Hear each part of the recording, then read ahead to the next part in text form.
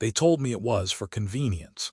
That's the phrase my son used, standing there in the doorway of my own house, hands tucked into his expensive jacket as if the words weren't about to break me.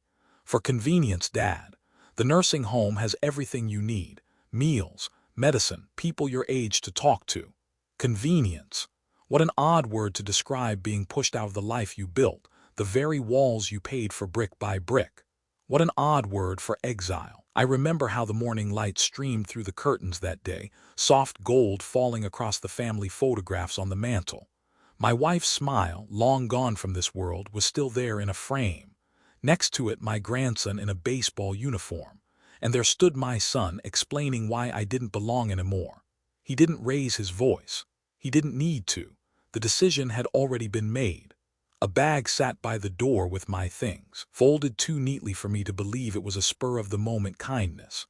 As I rode in the car to the nursing home, silence filled the space between us.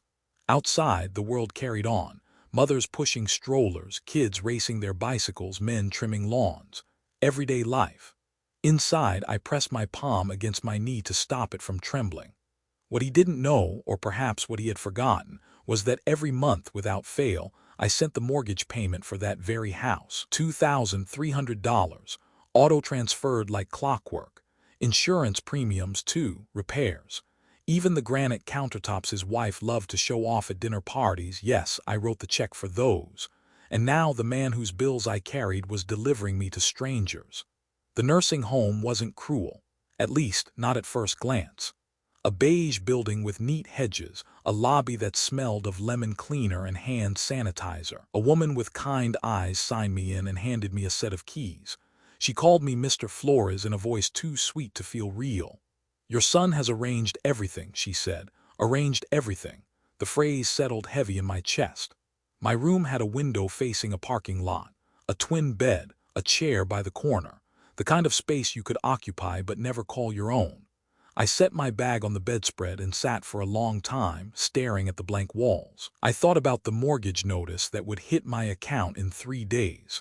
About the money I had worked my whole life to save, quietly funneled into my son's comfort. And I thought about the word convenience again. Convenient for whom? At dinner that night, a man in a wheelchair asked me how long I'd been there. I told him it was my first day. He patted my hand as if he knew the taste of betrayal better than the taste of soup in front of him. "You'll get used to it," he said. But I didn't want to get used to it. I wasn't ready to surrender my dignity like a coat you hang on a rack when you enter a building. Lying in bed that night, I couldn't stop replaying my son's words. "For convenience, Dad." I imagined the house I once called mine, the mortgage statement sitting on my desk, the auto payment humming silently in the background, and I laughed. A dry, hollow laugh in the dark, because the cruelest part of the story was not being left in this nursing home. No, the cruelest part was knowing that while I lay on this stiff mattress, my money, my sacrifice, was still keeping the lights on in his home. They thought they had tucked me away, hidden me in the folds of a system meant for the forgotten, but they forgot something. They forgot that the same hands that signed checks for their roof could also close the account. They forgot that the man they buried under the word convenience still had a voice, and one day soon they were going to hear it. The first week at the nursing home passed in a blur of routines that weren't mine.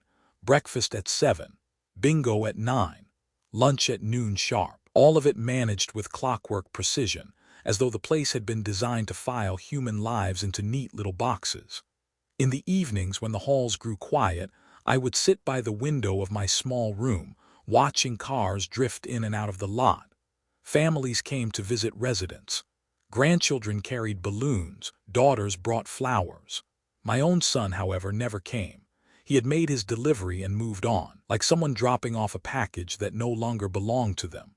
And so, in the silence of those nights, I began taking inventory, not of the possessions in my room, but of the sacrifices that had brought me here. It started with the down payment. 5 years earlier, when my son and his wife dreamed of owning a home, I had pulled from my savings without hesitation. $68,000, wired to their account in one swift motion. They had hugged me, kissed my cheek, promised it was only a little help to get started. Then came the mortgage. Month after month, I set up the transfer, $2,300, withdrawn automatically from my pension. Sometimes the payment would hit the account before I even remembered the date. It was easier that way, like pulling off a bandage quickly so you didn't notice the sting. Of course, there were the extras. When the roof leaked after a spring storm, it was my check that covered the contractor. When the furnace sputtered and died in the middle of December, it was my credit card that absorbed the cost. One Christmas, my daughter-in-law mentioned, almost in passing, how wonderful it would be to have a remodeled kitchen, stainless steel appliances, granite countertops, a backsplash that gleamed under the light. By February, I had written another check, $22,000. She ran her fingers across the new counters like a pianist striking the first note of a concerto. She said it felt like living in a magazine. I smiled, and I told myself it was worth it to see my family comfortable. Vacations, too, had been my silent gift. Trips to Florida when the winters grew long. Flights to California so the grandchildren could visit Disneyland. I covered the hotel rooms, the car rentals, the meals. My son would thank me with words, but never with action. Gratitude became a ritual, empty as the blessing over food no one truly tasted. I told myself it was what fathers did, that love wasn't measured in receipts but in presence. And yet every receipt was real, every dollar accounted for, every sacrifice written down in numbers I never spoke aloud. Sometimes at the nursing home, I would close my eyes and recall the nights I lay awake in my own house. Well, what used to be my house, thinking of ways to stretch my income. I skipped repairs on my old car, patching it together with duct tape and borrowed tools. I wore jackets until the lining thinned, ate soup from cans when groceries ran low. All so that my son could live in a house where the heating never failed, where the pantry was always full, where granite shone beneath polished lights. The cruelest part was not that I had given. Giving had always been my nature. The cruelest part was that my giving had been invisible.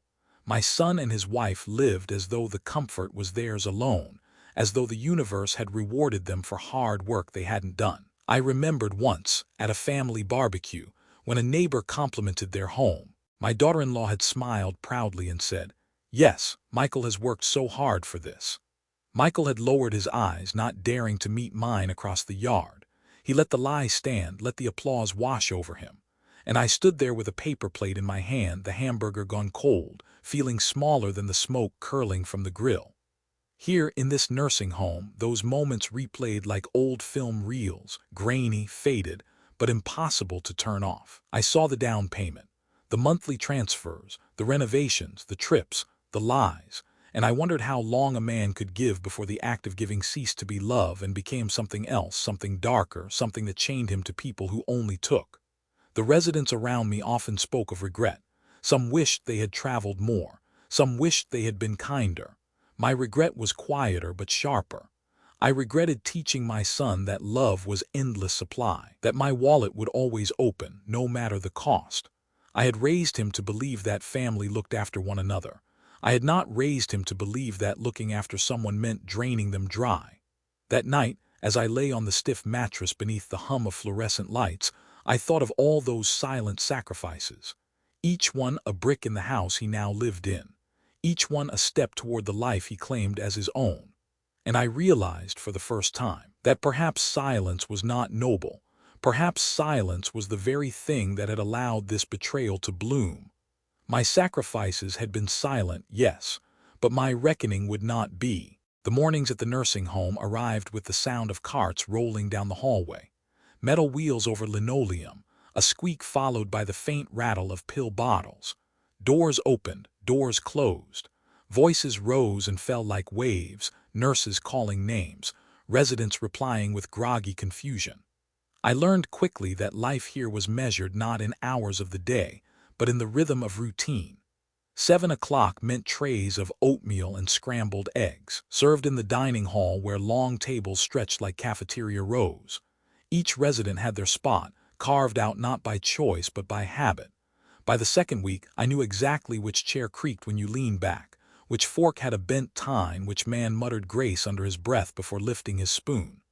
It wasn't cruel, this place, but it wasn't home either. The air carried a constant mix of bleach and broth, of antiseptic and boiled vegetables. It was clean, yes, but the kind of clean that stung the nose. Evenings brought the television in the lounge, always set to a game show or a news channel, the volume too high for the old ears straining to catch it. Sometimes two residents would argue about politics. Other times they would simply fall asleep in their chairs, mouths open, hands slack at their sides. I sat among them, silent, not because I had nothing to say, because I could not imagine where my words would land. Most of them had been placed here after long illnesses, after dementia stole their memories, after age stripped them of independence. Their children had visited once, twice, then vanished. I saw myself in their hollow stares, but I also felt different. I wasn't finished yet, and that made the walls close in tighter. My room was small, with beige paint that seemed to flatten every shadow. A narrow bed, a dresser with sticky drawers, a single chair angled toward the window. The window looked out onto the parking lot. I could see cars come and go, see sons and daughters lifting bags of groceries, grandchildren skipping across the asphalt. Each time I heard laughter outside, a pang hit me, not envy but something heavier. The reminder that I, too, had built a family only to find myself here, forgotten while the house I had paid for rang with another family's joy. There were kindnesses, small and fleeting. A nurse who tucked my blanket tighter on a cold night. A volunteer who played the piano in the common room, her fingers bringing old melodies back to life for a few precious minutes. I watched as men and women who rarely spoke began to hum along, their eyes softening with memory. I hummed too, not because I loved the tune, but because it was the first time in days that I felt part of something. Still, when the music ended, silence reclaimed the halls. And in that silence, my thoughts always drifted back to the house I no longer entered, the mortgage still draining from my account like blood from a wound. One afternoon I wandered into the courtyard. The sky was pale blue, a crisp wind shaking the last leaves from the trees. A few residents sat in wheelchairs, their blankets pulled up to their chins. I found a bench and sat among them, though none of us spoke. We were lined up like forgotten statues, staring at the same patch of sky. A woman beside me whispered, "My daughter promised she'd visit today." I turned to answer, but her eyes were fixed on the gate, unblinking. Hours later, no one came. She was still staring when the nurse wheeled her back inside. That night her words stayed with me. I wondered when I had stopped expecting my own son to visit, perhaps from the very beginning. Perhaps from the moment he closed the car door outside this home and drove away without looking back. Life here wasn't about living. It was about waiting, waiting for pills, waiting for meals, waiting for visits that might never come. Time didn't pass, it pooled, stagnant, heavy. And in that stillness the mind grew restless. Mine certainly did.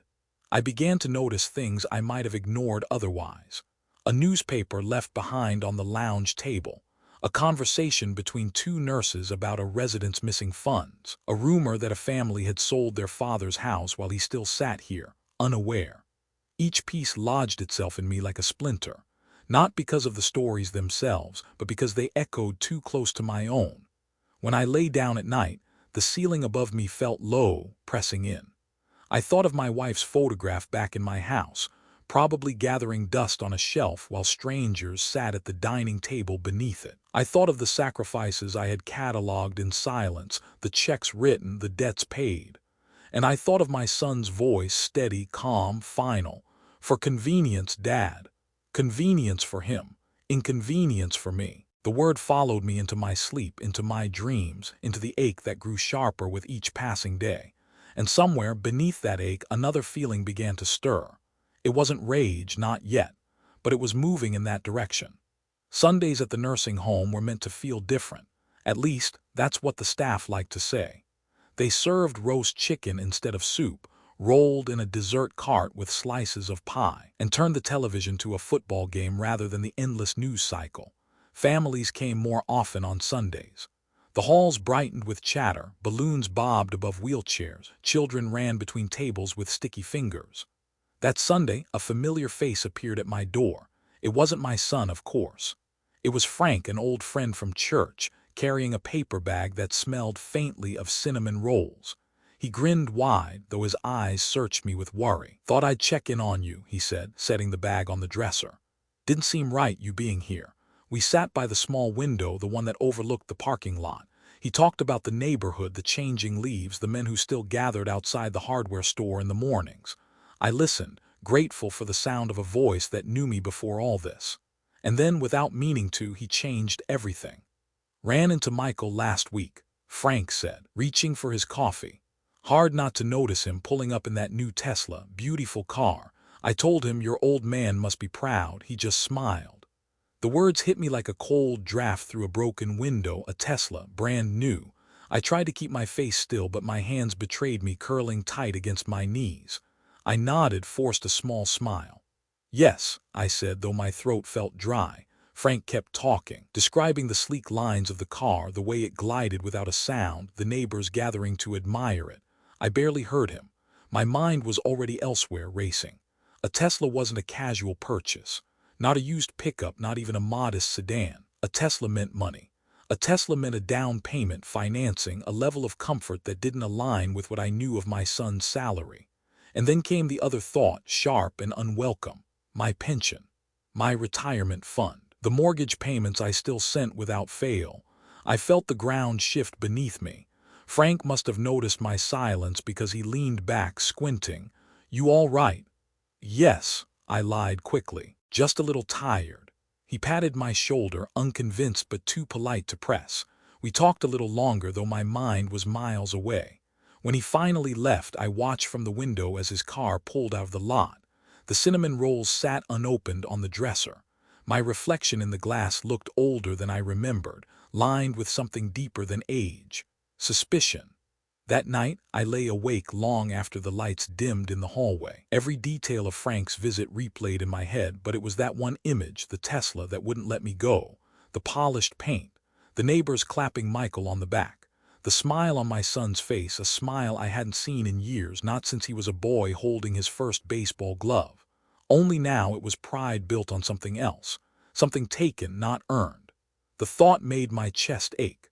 I turned on my side, staring at the narrow dresser, the single chair, the life they had pressed me into.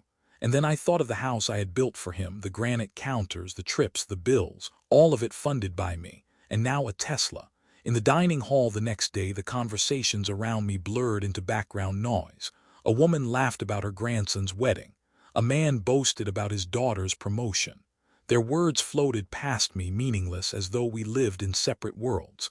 I could only think of the car, the impossible car, and what it meant. By the time I returned to my room, the suspicion had hardened into something else, resolve. I sat at the desk by the window, the laminate surface chipped at the edges, and stared at the notepad left by the staff. Slowly, I began to write numbers from memory. The monthly transfers, the down payment, the kitchen remodel. The sums rose like a tide, higher with each line. I didn't have proof yet, not the kind that could stand on paper. But I knew deep down that something had been taken from me, something larger than the roof over their heads or the vacations I had covered, something I had saved for, the years of labor, the hours bent over work long after my body had grown tired, my retirement, my dignity. And if my suspicion was right, if they had dipped into the very account meant to carry me through the last years of my life, then what they had taken was more than money.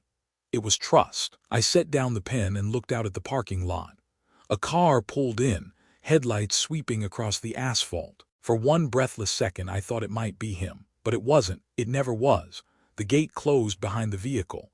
The night returned to stillness, and in that silence I made myself a promise. The next time I saw my bank statement, I would look closer, much closer, because sometimes betrayal doesn't announce itself with words.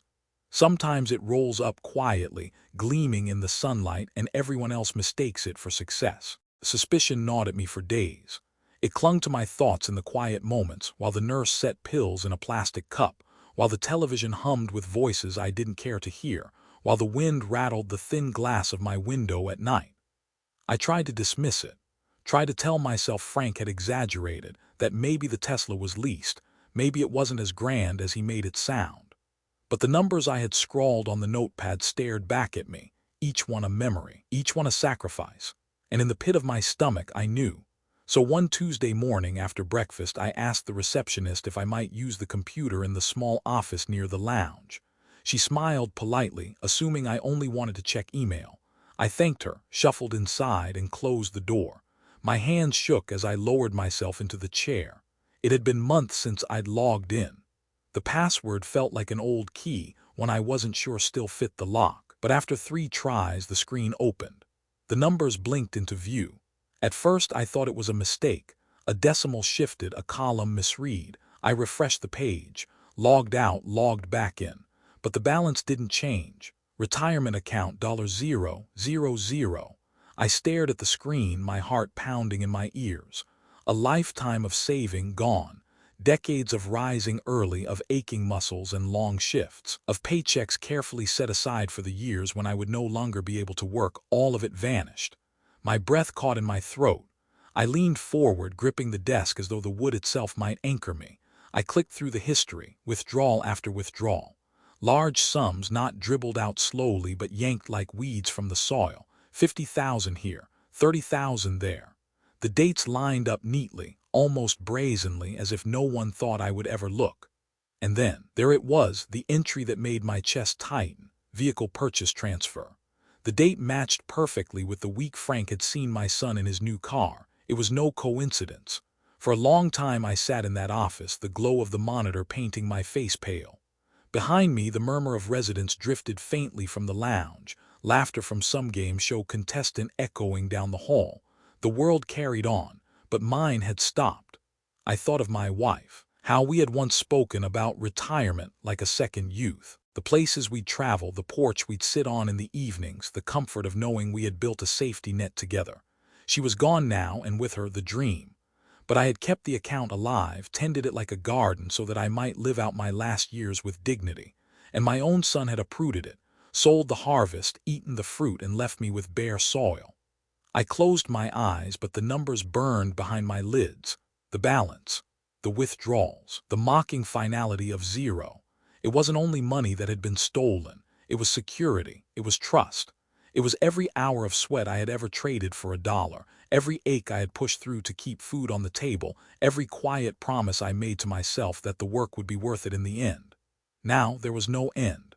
Only this sterile room, this borrowed chair, this screen that told me I had nothing left. A knock at the door startled me. The receptionist peeked in, her smile fading when she saw my face. "Everything all right, Mr. Flores?" I forced a nod. "Yes, just tired." She closed the door gently, but the air felt thinner, as though the truth had stolen all the oxygen. When I finally rose, my legs were unsteady. I printed the transaction history, each page spitting out with a harsh whir that felt like judgment. I folded them into my pocket, the paper warm against my chest as if it carried a pulse. Back in my room, I spread them across the bedspread. A map of betrayal, each line a knife, each figure a reminder that I had been reduced not to a father but to a resource. And somewhere beneath the grief, beneath the disbelief, a spark lit, small but real, because in that moment I understood something. Silence had allowed this theft. My silence. My willingness to give without question, to accept without confrontation. That silence had ended here, in black ink and empty accounts. And I knew I would not remain silent much longer.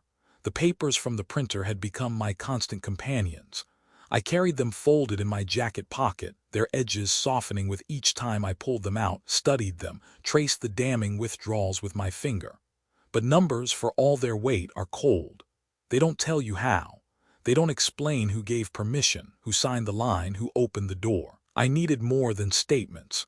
I needed the key that unlocked how my son had reached into the vault of my life and left it hollow. That key arrived one evening in the form of a file folder the administrator brought to my room. She knocked softly before stepping inside, holding it like any other routine matter. "These are the documents we received when you were admitted," she said. "Insurance, medical consent, financial arrangements, just making sure our records are in order." She placed the folder on the dresser and left. The door clicked shut. For a long moment I only stared at it. A plain folder, beige, unremarkable, yet my heart beat fast as I reached for it, as if it might burn my hand. I opened it slowly. Inside were copies of my medical forms, insurance cards, and then, halfway through, the page that made my stomach tighten. Power of attorney, my name at the top, my son's name beneath, a neat line where a signature curved across in my own handwriting. I lifted it closer to the light, squinting. It was mine, slanted, familiar, undeniably mine, and yet I could not remember signing it.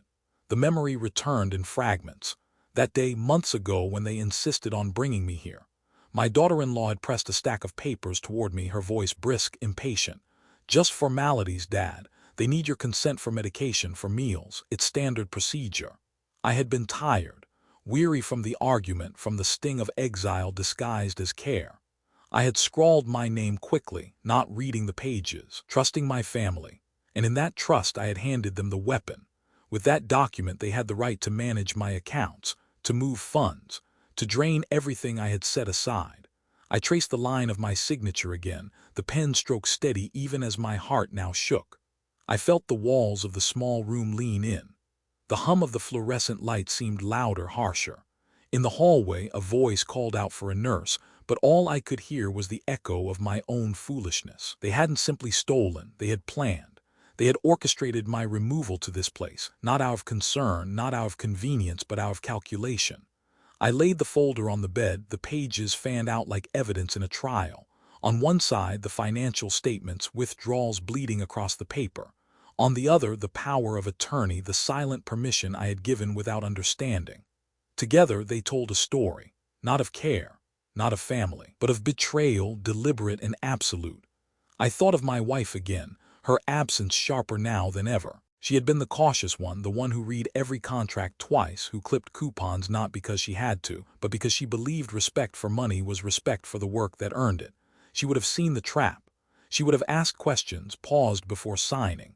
She would have saved me from myself. But she wasn't here, and I had been alone when they placed the pen in my hand. I sat at the desk with the folder spread open before me. Hours passed unnoticed. Residents shuffled down the hall to dinner, staff changed shifts, the television in the lounge blared. None of it reached me. All I could see was the betrayal written in ink and numbers. My son's smile when Frank described the Tesla. My daughter-in-law's brisk tone as she slid the papers toward me. The neighbors praising their success while I stood quietly in the shadows.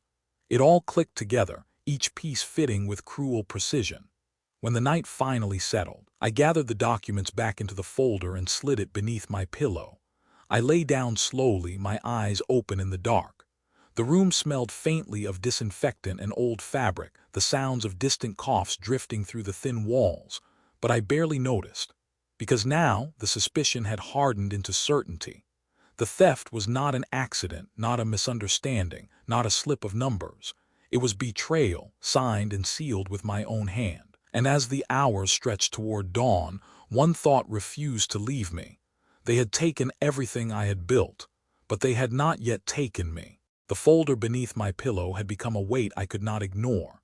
Every night I felt it pressing against me, whispering truths I wished were lies. Each page carried the echo of my son's choices, the betrayal inked in signatures and withdrawals.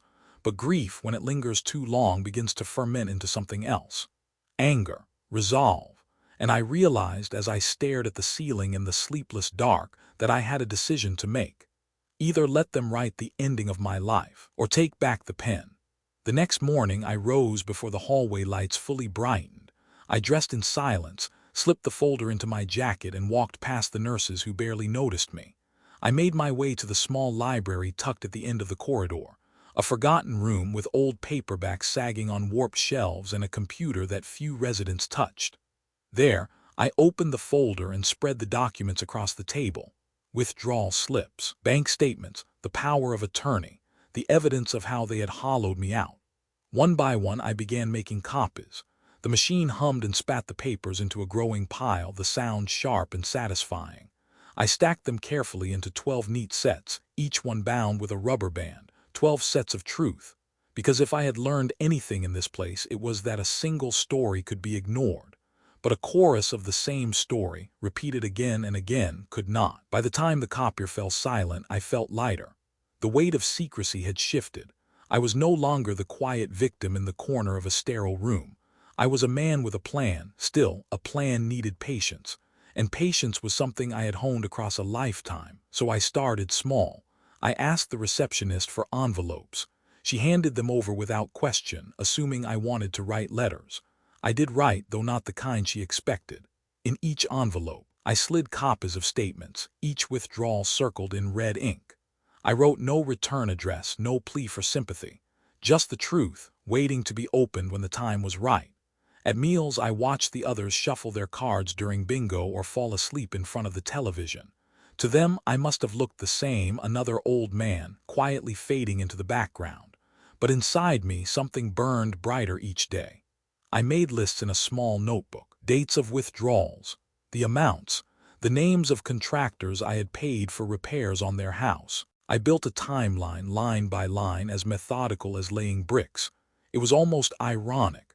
For years I had silently built their life in the same way, monthly payments, quiet checks, unacknowledged sacrifices. Now I was building again. But this time I was constructing a reckoning.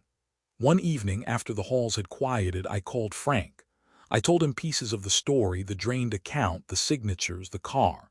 He listened in silence, then said, "Dennis, you need more than my sympathy. Let me put you in touch with Harold, a friend of mine, a retired lawyer. He'll know what to do." I told him pieces of the story, not everything, not yet, just enough for him to understand. The stolen account, the signatures, the car. There was a pause on the line. Then he said, "Dennis, if you've got proof, you've got power, don't waste it." I looked at the folder spread across my desk. "I've got proof," I whispered. In the days that followed, I moved carefully. I didn't confront my son. I didn't call him, didn't accuse. That would come later when words could no longer be denied. Instead, I prepared. I contacted the bank quietly, asking for printed statements of the last 5 years. I told the clerk I had misplaced my records. She didn't question me, just mailed them to the nursing home. When the envelope arrived, thick and heavy, I locked it away in the bottom drawer of my dresser. At night, I organized the pages, highlighted key dates, drew arrows connecting transactions to purchases I recognized, renovations, vacations, and now the car. Each connection tightened the noose of truth around their choices.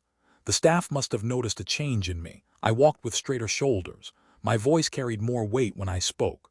A nurse commented, "You look well, Mr. Flores, settling in." I smiled faintly. Settling in? No, I was settling accounts. On the surface, life in the nursing home went on. Bingo, television, soup, the endless cycle. But beneath it, my days had purpose. Each copy made, each page organized, each note written, it was all part of a quiet march toward something larger. And for the first time in months, maybe years, I felt alive. Not just surviving, not just enduring, but moving toward a moment when I would stand, not as the man forgotten in a small beige room, but as the father who had been underestimated, one betrayal too many. The decision had been made. I would fight back. The plan had been taking shape quietly, piece by piece, but every plan needs a first strike, an act so deliberate that it shifts the balance of power. For me, that moment came on a Thursday morning, when the autumn light slanted through the nursing home windows and the world outside seemed unaware of the storm building inside me. I had made the decision days earlier, lying awake with the folder of documents under my pillow. I could trace every line of theft, every betrayal, but tracing was not enough. It was time to cut the vein they had been draining for years, the mortgage. I walked down the hallway with a steadiness I hadn't felt in months. My cane tapped against the tile, echoing louder than it needed to, but I didn't mind the sound. Each step was its own declaration. I was not powerless. The small office where residents could make calls sat near the lobby. A corded phone at the resident's office rested on the desk, its cord twisted and frayed. But it worked. I dialed the bank's number from memory, a number I had called countless times over the years when questions about payments or transfers arose. A voice answered, cheerful, scripted. "Thank you for calling First Federal. How may I help you today?" My hand gripped the receiver tightly. "I need to cancel an automatic transfer," I said. My voice came out low, firm, unshakable. "Of course, sir. May I have your name and account number?" I gave them both, the numbers spilling easily from my tongue after so many years of use. She clicked keys on the other end, confirming details, running through security questions. Finally, she asked, "And which transfer would you like to cancel?" I closed my eyes. For one brief second, I thought of the house, the rooms I had walked through during holidays, the laughter that once felt like mine, the kitchen with granite counters I had paid for but never truly enjoyed. "The mortgage on 314 Westwood," I said. "Cancel it, effective immediately." There was a pause. I could almost hear the clerk frown, imagining some clerical error. "Are you sure, Mr. Flores? This payment has been set up for years. Do you wish to—" "Yes," I cut in. "Cancel it."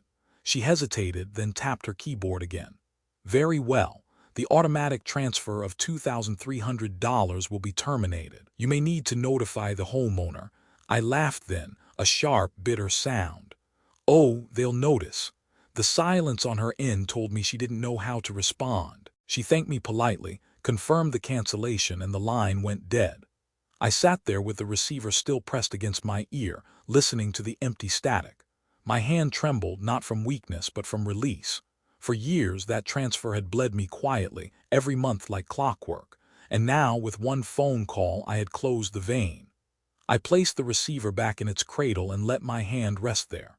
The weight in my chest lifted, replaced by something sharper. Anticipation, because I knew what would come next. They would call me, of course, or visit. Maybe not today, maybe not tomorrow, but soon. The moment the mortgage went unpaid, alarms would sound in their carefully constructed world.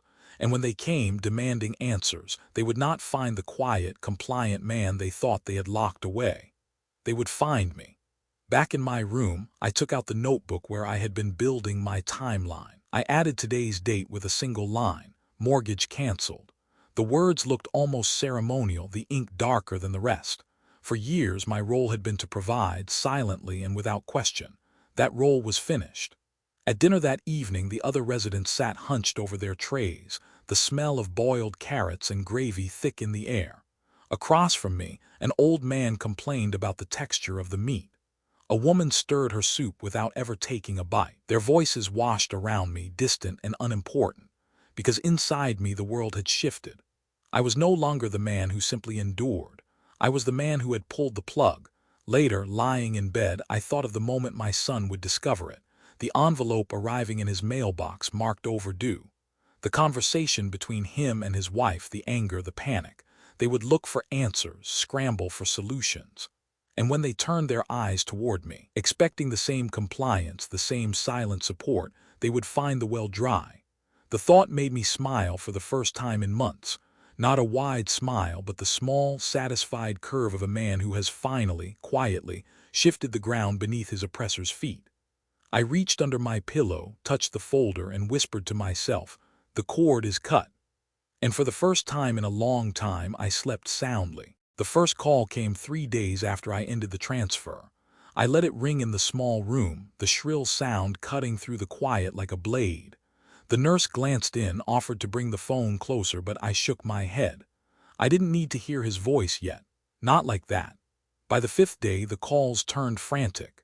Messages piled up on the voicemail system at the front desk, some clipped and cold, others laced with the panic of a man watching his carefully built life begin to crumble. I didn't answer any of them. It wasn't until the 7th day that they came. The knock at the nursing home door was sharp, insistent. I knew that knock before the receptionist even announced their names. Michael, his wife, Isabella. They swept into the lobby like a storm, their expensive coats still carrying the chill of the outside air. Isabella's heels clicked against the linoleum, her lips pressed into a tight line that was less anger than contempt. Michael followed, shoulders tight, jaw clenched. "Dad," he said as soon as he saw me, his voice low but trembling. "We need to talk." I didn't move. I let them stand there in the open lobby under the fluorescent lights where the receptionist and passing nurses could hear every word. "What about?" I asked calmly, though my pulse thudded in my ears. "The mortgage," Isabella snapped, her voice slicing through the air. "The payment didn't go through. Do you have any idea what you've done?" The question almost made me laugh. What I had done. I leaned on my cane, steadying myself, and let the silence stretch long enough for her to squirm. "What I've done," I said finally, "is stop being your personal bank." Michael flinched at the words, his eyes darting toward the receptionist. He lowered his voice, stepping closer. "Dad, please, don't do this here. Let's go somewhere private." But I shook my head. "No, privacy is what allowed this to happen. Silence is what let you take what wasn't yours." His face paled. Isabella scoffed, crossing her arms. "We gave you comfort, we found you a place where you'd be looked after, and this is how you repay us." The audacity of it almost stole my breath. Comfort, that beige cell of a room, that institutional food, that window facing the parking lot. "You didn't give me comfort," I said quietly. "You gave me exile." The tension thickened, drawing the attention of others in the lobby. A resident wheeled past slowly, eyes lingering on the confrontation. A nurse paused at the desk, pretending to shuffle papers but clearly listening. Michael shifted uncomfortably under the weight of witnesses. He leaned in, lowering his voice to a hiss. "If you don't restart the payments, we could lose the house." There it was, the fear laid bare. Not concern for me, not regret. Only panic at the possibility of losing the roof I had bought for them, brick by brick, dollar by dollar. "Then you'll have to learn," I said, "what it feels like to pay for your own life." Isabella's composure cracked. She stepped forward, her eyes sharp, her words venomous. "You've always been small, Dennis. A man with calloused hands and no class. You should be grateful we even let you sit at our table." The words sliced deeper than she knew. They echoed years of subtle dismissals, the way she'd curled her lip at my work boots, the way she'd praised Michael's ambition, while ignoring the sacrifices that made his life possible. But instead of wounding me, the words steeled me. Because this time I wasn't standing silently in their kitchen, nodding while they played at superiority. This time I had already pulled the cord. I leaned closer, my voice steady. "And you should be grateful I'm not calling the sheriff to this very lobby. Every cent you've stolen is documented." Michael's eyes widened. Isabella froze. For the first time, their confidence faltered. They weren't facing the pliant man who signed whatever paper they slid in front of him. They were facing someone who had gathered proof, someone who had begun to fight. Michael opened his mouth, closed it again. Finally, he muttered, "We'll talk later," and turned toward the door. Isabella followed, her heels clicking faster now, her silence louder than any insult. The doors slid shut behind them, leaving the lobby buzzing with whispers. I stood there a moment longer, breathing steady, my cane rooted firm against the floor. The receptionist caught my eye, gave the faintest nod, as though to say she understood more than she let on. And as I turned back toward the hallway that led to my room, I realized something had shifted again. The balance was no longer in their hands. The fear was no longer mine. For the first time in years, it was theirs. The storm didn't end at the nursing home door. I had known it wouldn't. People like Isabella didn't swallow humiliation, they spit it back, sharpened, weaponized. The first sign came in the form of whispers. The staff at the home, usually polite but distant, began greeting me with softer voices as though I were fragile. A nurse offered to help me fill out my meal slip, though I'd been doing it myself since the day I arrived. Even the receptionist, who had nodded approvingly during the lobby confrontation, now avoided my eyes. Something had changed. It wasn't until the weekend, when Frank visited again, that I saw why. He carried a folded newspaper under his arm, expression dark. He set it on my dresser without a word. The headline hit me like a blow. "Elderly man unfit to manage finances, family forced to step in." I stared at the words until they blurred. Beneath the headline was a photo taken at some long-ago barbecue, my face caught mid-laugh. The caption twisted the image into pity. "Dennis Flores, 72, placed in care after erratic financial decisions endangered family stability." I skimmed the article, each sentence a dagger. It spoke of reckless spending, of increasing confusion, of a man too proud to admit decline. It claimed my son had nobly stepped in to protect the family home, had arranged care for me out of love. And there it was, slipped in like a whisper meant to stain permanently. Dementia. Frank swore under his breath, fists clenched. "This is slander, Dennis, plain and simple. They're trying to paint you as incompetent, to make sure nobody believes your side." I folded the paper slowly, my hand steady despite the storm raging inside me. "It's more than slander," I said. "It's strategy." Because I could see Isabella's fingerprints all over it, her father's connections at the local paper, her talent for turning cruelty into a polished sentence. This wasn't anger, it was control. She was building a narrative, one the neighbors would nod along with, one the community would believe before I ever had a chance to speak. That evening, I walked the halls of the home and felt the weight of eyes on me. 2 residents whispered as I passed. A volunteer gave me a sympathetic smile, the kind you reserve for the fading. Even the staff's kindness had sharpened into pity, as though the article had already rewritten who I was in their minds. I returned to my room and shut the door. The folder of documents lay on my desk, a silent reminder of the truth. I opened it, spread the pages out in front of me, and stared at them until the lines blurred. Receipts, bank transfers, the power of attorney, proof enough to level their lies. And yet proof means little when the world has already chosen its story. That night, sleep eluded me. I lay awake, the glow of the streetlight outside casting long shadows across the ceiling. My wife's face came to me, not from photographs but from memory, her voice reminding me that dignity isn't given, it's claimed. I whispered into the darkness, "They won't bury me with lies." The words steadied me. The next morning, I rose earlier than usual. Instead of heading to the dining hall, I walked back to the library. The copier stood waiting, its light blinking faintly in the dim room. One by one, I laid out the articles, the statements, the evidence, not just for myself anymore, but for others. If they wanted a public story, then I would give them one, but not theirs, mine. I began assembling packets, each one a mix of truth and paper trail. The bank withdrawals, the power of attorney, and now the newspaper article itself, marked with red ink in the margins. Lies, contradictions, receipts. By the time I finished, my hands ached, but my resolve had sharpened into steel. Later that afternoon, Frank returned. I handed him one of the packets. "Spread this," I said simply. He opened it, scanned the pages, and nodded. "You're fighting fire with fire." "No," I replied, my voice low. "I'm fighting lies with truth." When he left, I sat alone again in my room, but I no longer felt like the man hidden away in beige walls. Outside, the whispers still swirled. The pity still lingered. But I had begun my counterattack. Because shame only works if you accept it. And I had no intention of bowing my head. A week had passed since the smear in the local paper. The whispers had not died down, but neither had my resolve. The newspaper lay folded on my desk, its headline glaring like an accusation. Every time I glanced at it, I felt the weight of what they were trying to build. A story where I was the frail old man, confused and reckless, a burden smoothed away by the kindness of his family. But the packets I had prepared told a different story, a true one. And truth, once gathered, has a way of demanding action. I could not let my life be defined by lies in newsprint. It was time to push back. I began by calling Frank again. He answered quickly, his voice steady as though he had been waiting for me. "I need more than whispers among neighbors," I told him. "I need someone who knows the law." He didn't hesitate.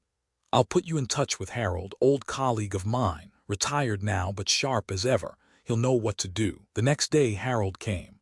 A tall man with thinning hair and glasses that slid down his nose. He carried a leather briefcase that looked older than both of us. He shook my hand firmly, no pity in his grip, only respect. "Frank told me what's happening," he said. "Show me what you've got."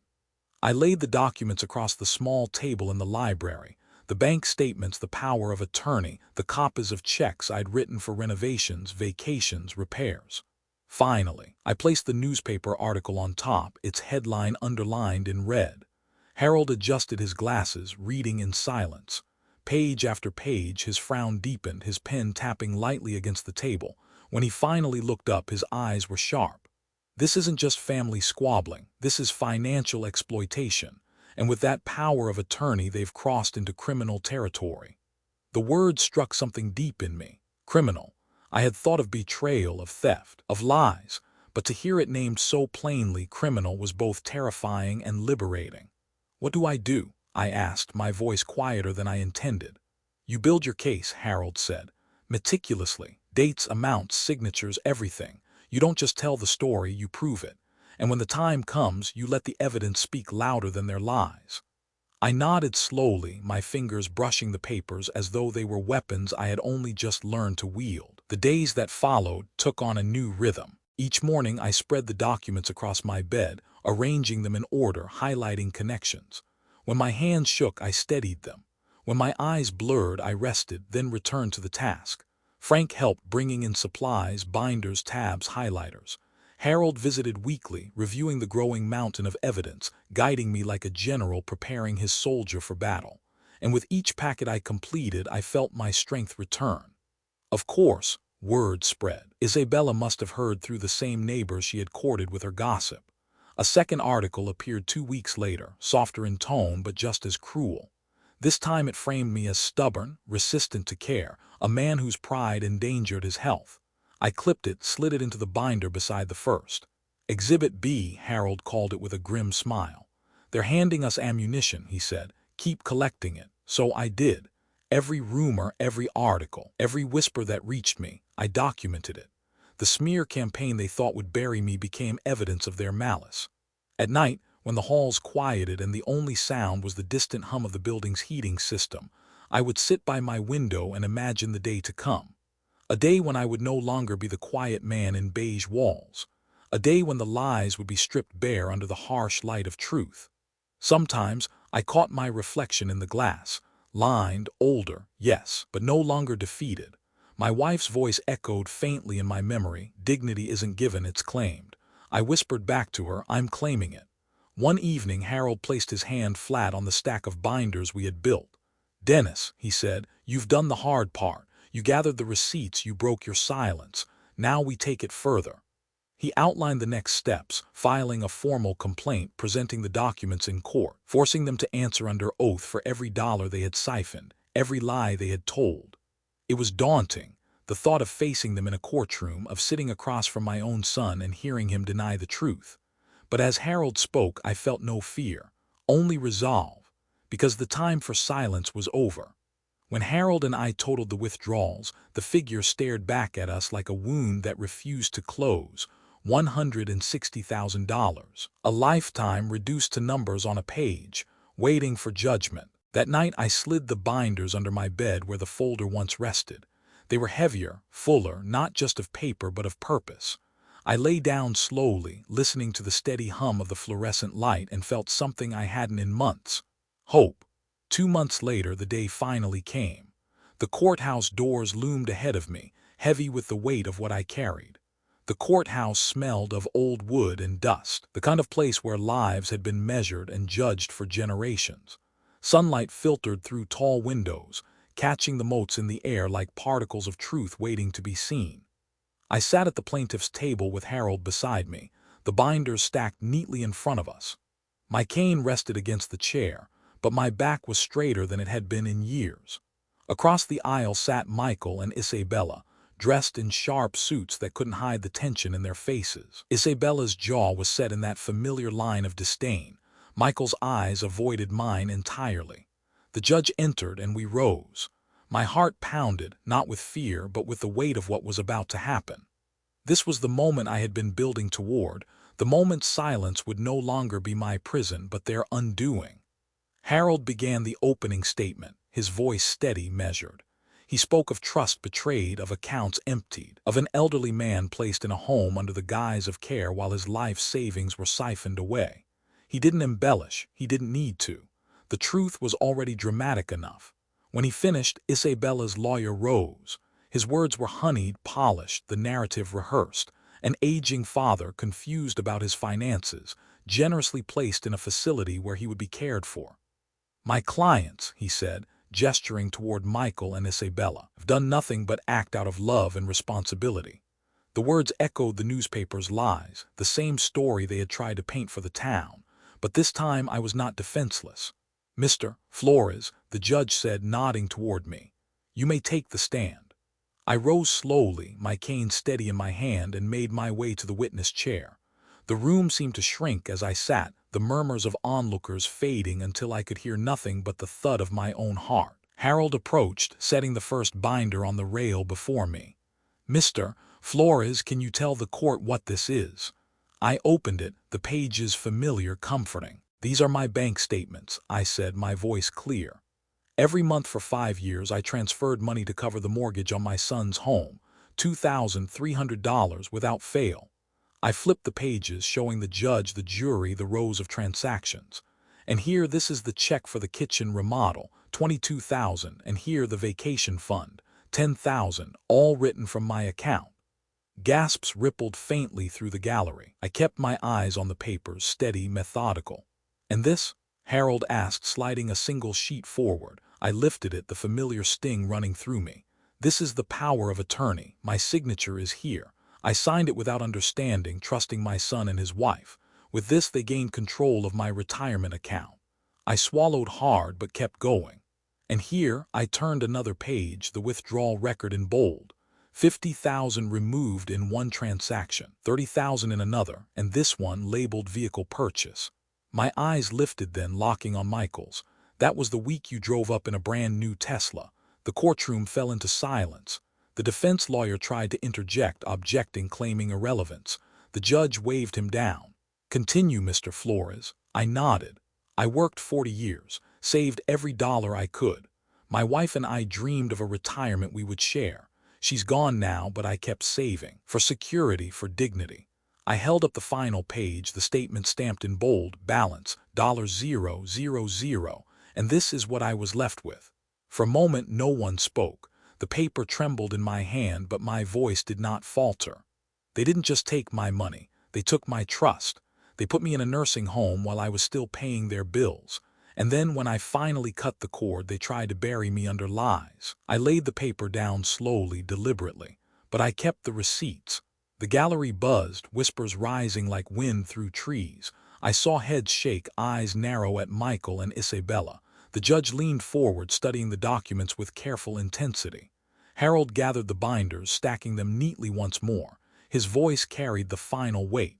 "Your Honor, the evidence speaks for itself."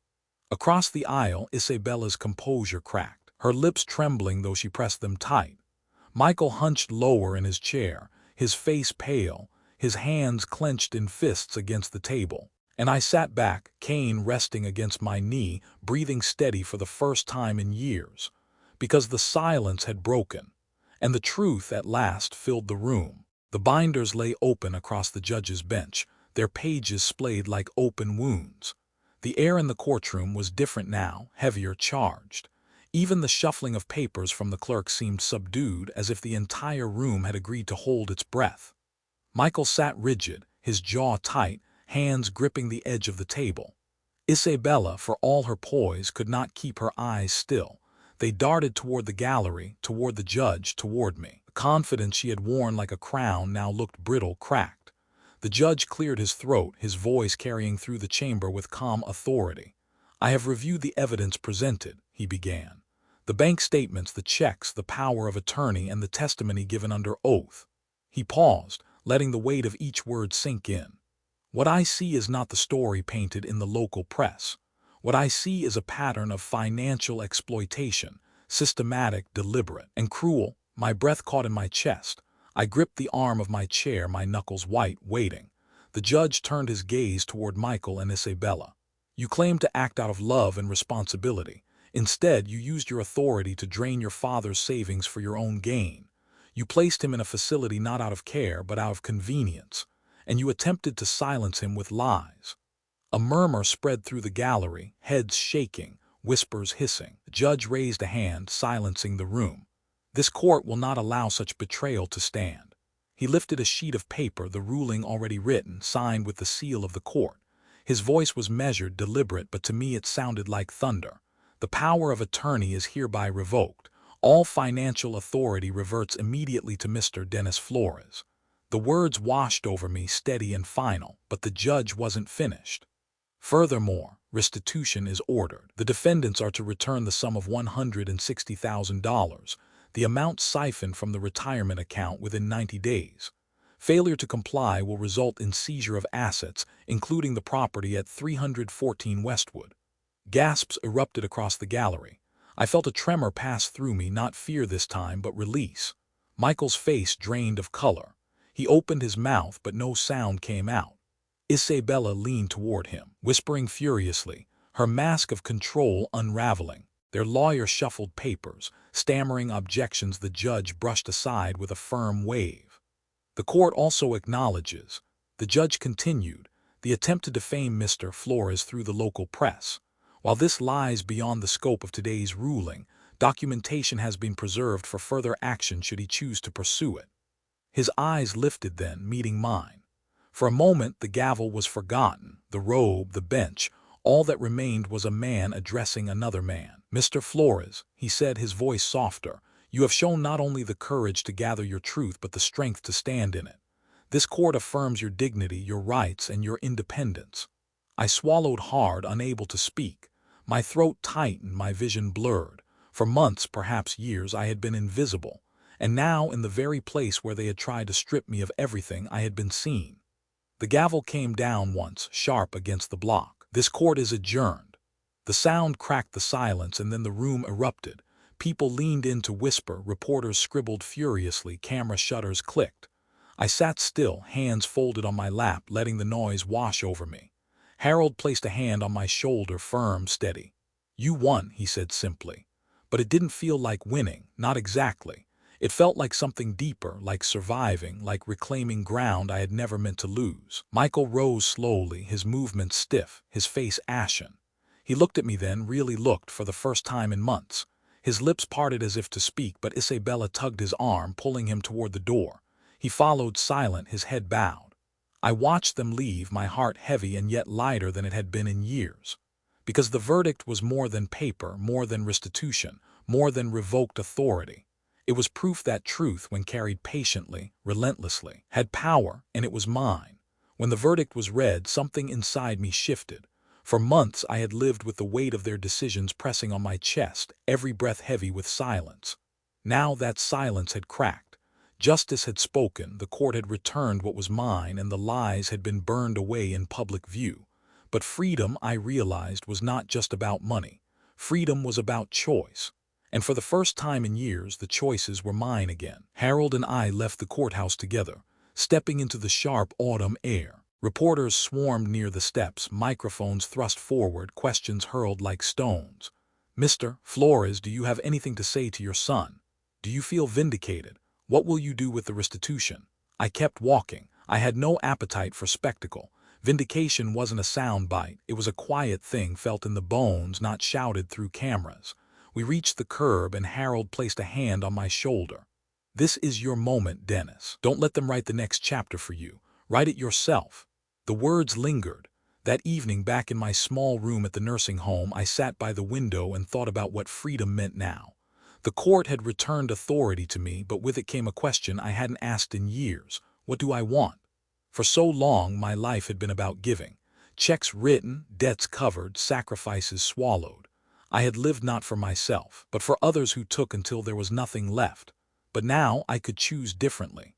The first choice I made was simple. I walked down to the administrator's office, folder in hand, and asked for a meeting. She looked nervous, no doubt having read the newspaper's portrayal of me as frail, confused. But when I set the court documents on her desk, her expression shifted. "I won't be staying here much longer," I said. "This room was never my home. It was their arrangement, not mine." She nodded, professional but kind. "We'll prepare the discharge papers whenever you're ready." The second choice came a week later, when the restitution funds began to move back into my account. Harold had arranged it carefully, ensuring each dollar was accounted for, each transfer documented. I watched the numbers rise again on the screen, not to the sum they once were, but enough to remind me that I was not destitute, enough to begin again. I called Frank that night. "Do you remember the community center near the church, the one that closed when funding dried up?" "Of course," he said. "Why?" "Because maybe money can build something better than granite countertops and cars." In the days that followed, my mind raced with possibilities. Not revenge, not punishment, those paths had already been handled in court. What I wanted was reclamation, to turn what had been stolen into something that could not be stolen again. I thought of the residents around me in the nursing home. Men and women who had worked their whole lives, only to be tucked away, forgotten. Faces lined with waiting, voices fading into background noise. They deserved better. We all did.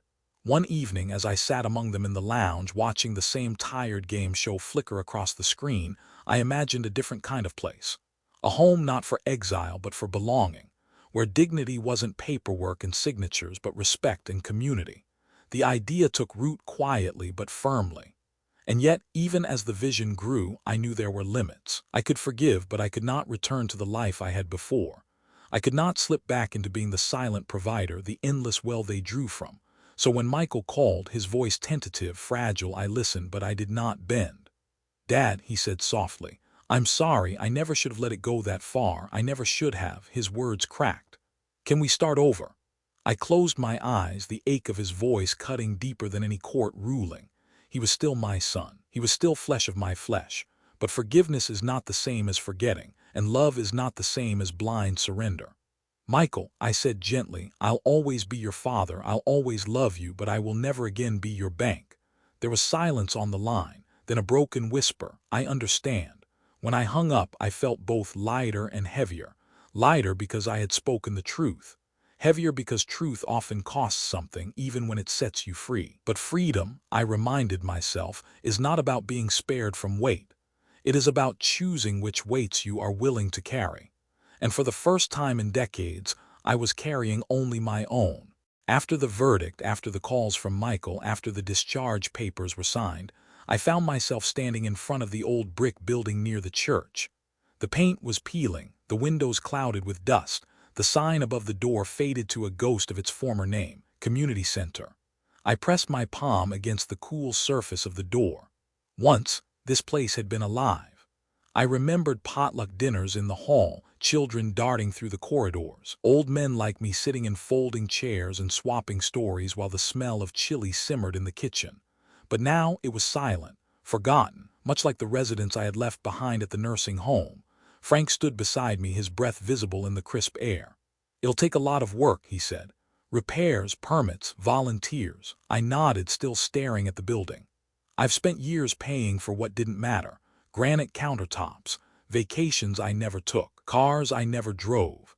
Maybe it's time I paid for something that does." He looked at me, his eyes softening.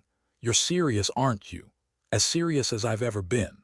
The idea had started as a seed in my mind, planted during the long nights at the nursing home, watching men and women fade into quiet despair.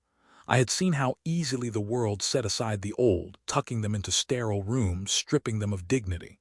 I had felt it myself, the waiting, the silence, the sense of being warehoused rather than welcomed.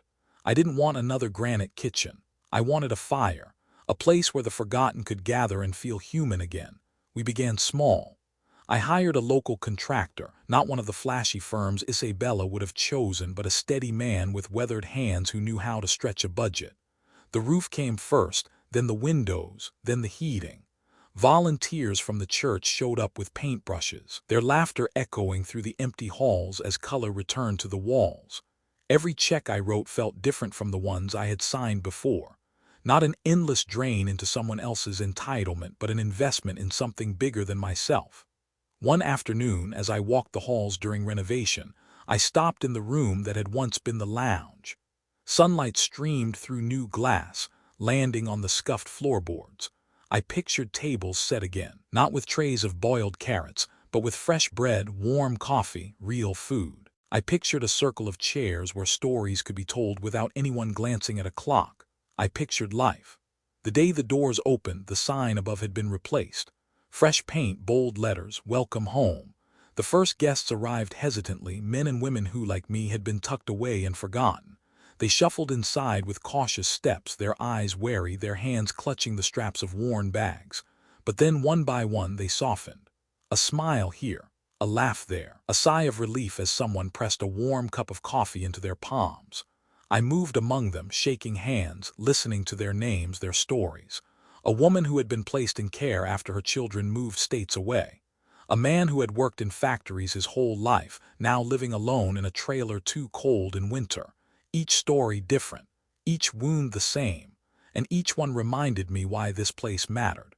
Later that evening, when the tables were cleared and the last guests had gone home, I stood in the quiet hall, breathing in the faint scent of fresh paint and coffee. My cane tapped against the floor as I walked slowly, my heart steady, full. This wasn't revenge.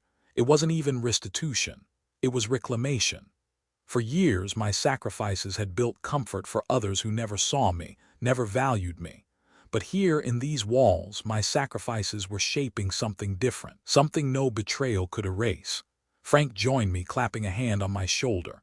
"You've built more than a center, Dennis. You've built hope." I looked around at the painted walls, the chairs set neatly, the sign above the door glowing softly in the evening light. And for the first time in years, I felt not just alive, but purposeful. "Hope," I said quietly. "That's worth paying for." Winter settled over the town in quiet layers of snow, the kind that softened the streets and muffled the noise of passing cars. I stood by the window of the community center one evening, watching flakes drift past the new sign that read "Welcome Home." Inside, the halls hummed with warmth, voices mingling, laughter rising from a table where a group of elders played cards. The scent of soup simmering in the kitchen reached me, rich and comforting. It was everything the nursing home had never been. And it was mine, not because I owned it, but because I had chosen it, built it, offered it freely. I tapped my cane against the floor, turned from the window and began shutting down lights. That's when the knock came. I opened the door to find Michael standing there, snow dusting his shoulders. He looked smaller somehow, not in stature but in spirit. His eyes, once so sure of entitlement, were clouded with something I hadn't seen in years: shame. "Dad," he said softly, his voice cracked. "Can I come in?" For a moment I only looked at him. The memory of court still lingered, the sting of betrayal still fresh. But the snow was falling hard and he was my son. I stepped aside. He entered quietly, glancing around at the freshly painted walls, the tables set neatly, the warmth alive in every corner. "You really did this?" he murmured. "Yes," I said simply. We sat at a table near the back, the kind where countless conversations had already been shared. He clasped his hands together, staring at them as if words might appear in the lines of his palms. "I don't know how to start," he admitted. "Try the truth," I said. He winced, nodded. "I was weak. I let her talk me into things I knew were wrong. I thought if I kept quiet, if I went along, life would be easier, but it wasn't easier, it was poison." His eyes lifted then, glistening. "I stole from you, I betrayed you, and I don't deserve forgiveness." The silence stretched between us, heavy with all the years we had lost. "You're right," I said finally. "You don't deserve it. Forgiveness isn't earned, it's given. But it's not the same as forgetting." He swallowed hard, his shoulders trembling. "I want to make it right." I leaned back, studying him, the boy I had once taught to ride a bike, the man who had once held his own son in trembling arms. For years I had given him everything, believing love meant never saying no. That mistake had nearly destroyed us both. "Michael," I said quietly, "I love you. That hasn't changed. But I will never again be your bank. I will never again let silence excuse betrayal. If you want a relationship with me, it will not be built on what I can give you. It will be built on respect." Tears welled in his eyes, spilling down his cheeks. He nodded slowly. "I understand." For the first time in months, maybe years, I felt the words land. He understood, not perfectly, not completely, but enough. We sat in silence for a while, listening to the faint laughter from the next room, the shuffle of cards, the warmth of life unfolding around us. It struck me then that forgiveness was not about erasing the past. It was about choosing not to let it chain the future. I reached across the table, placed my hand over his. "I forgive you, but I will not finance you. That chapter is over." He squeezed my hand, his head bowed. "That's enough. More than I deserve." Later, after he left, I walked the quiet halls once more, turning off lights, straightening chairs. The center smelled of coffee and fresh paint, but also of possibility. It was more than a building, it was a testament to the fact that dignity can be rebuilt. That trust, once broken, doesn't have to define the rest of your story. That love can coexist with boundaries. And that sometimes saying no is the most loving thing a parent can do. As I locked the door and stepped into the snow, I felt lighter.